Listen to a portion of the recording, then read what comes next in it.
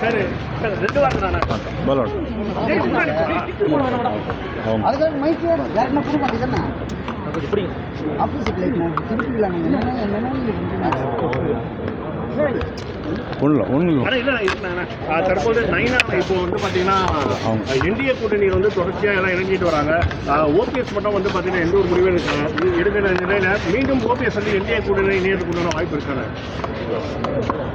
இல்லை தகவலாக சொல்கிறாங்க ஒரு இணைஞ்சா எவ்வளோ பலமாக இருக்கும் இந்தியாவுக்கு எல்லாமே இப்போ இருக்கிறதே நல்ல பலம்.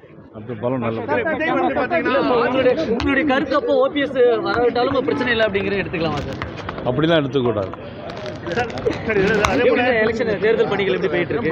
எலெக்ஷனில் தேர்தல் பணிகள் கூட்டணி நல்ல பலமாக வந்துட்டுருக்கு. நிச்சயமாக எங்களுடைய தேசிய ஜனநாயக கூட்டணி ஆட்சி அமைக்கும். சார் நீங்கள் வந்து அதிமுகவில் முன்னதாக இருந்திருக்கீங்க. இவர் விஜய் வந்து ஊழல் கட்சி ஊழல் கட்சி அடிமை கட்சின்னு சொல்லியிருக்காரு. ரைட்டு டைம் ஆயிடுச்சு.